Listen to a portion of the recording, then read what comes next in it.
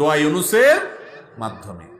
যে কোনো বিপদে পড়ে গেছেন, কোরআনে বর্ণিত কবুল হওয়া দোয়া, নিশ্চিত আল্লাহর কাছে গ্রান্টেড কবুল হওয়া দোয়া, আল্লাহর নবীর দোয়া আল্লাহ কবুল করেছেন, সেটা আল্লাহ জানিয়েও দিয়েছেন।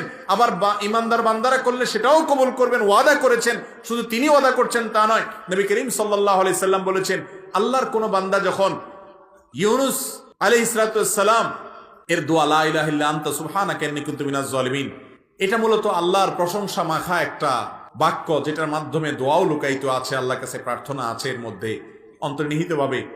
এই বাক্যের মাধ্যমে যে ব্যক্তি দোয়া করে, নবী করিম সাল্লাল্লাহু আলাইহি সাল্লাম বলেছেন, সে দোয়া কবুল না হয়ে পারে না। তাহলে যে কোনো বিপদ আপদে কোরআনের একটা কবুল হওয়া দোয়া আপনি পাঠ করতে পারেন, সেটা হলো ইউনূস আলাইহিস সালামেরটা। সেই বাক্য হলো আল্লাহকে ডেকে বলবেন, ও আল্লাহ, লা ইলাহা ইল্লা আনত সুবহানাকা ইন্নী কুনতু মিনাজ জালিমিন।